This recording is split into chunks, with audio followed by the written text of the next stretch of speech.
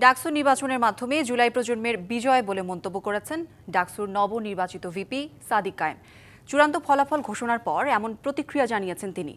সকালে ঢাকা বিশ্ববিদ্যালয়ের সিনেট ভবনের সামনে ব্রিফিংয়ে সাদিক কায়েম আরও বলেন, ডাকসু নির্বাচনে শিক্ষার্থীরা যে সম্মান দিয়েছেন তার পরিবর্তন হবে না। সবার জন্য নিরাপদ ক্যাম্পাস প্রতিষ্ঠা করা হবে।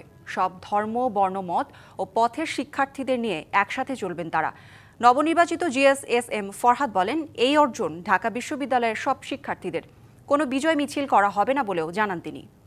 আমরা আমাদের এই ক্যাম্পাসকে সবার জন্য একটা নিরাপদ ক্যাম্পাস হিসাবে বিনির্মাণ করার আমরা প্রতিজ্ঞা করছি।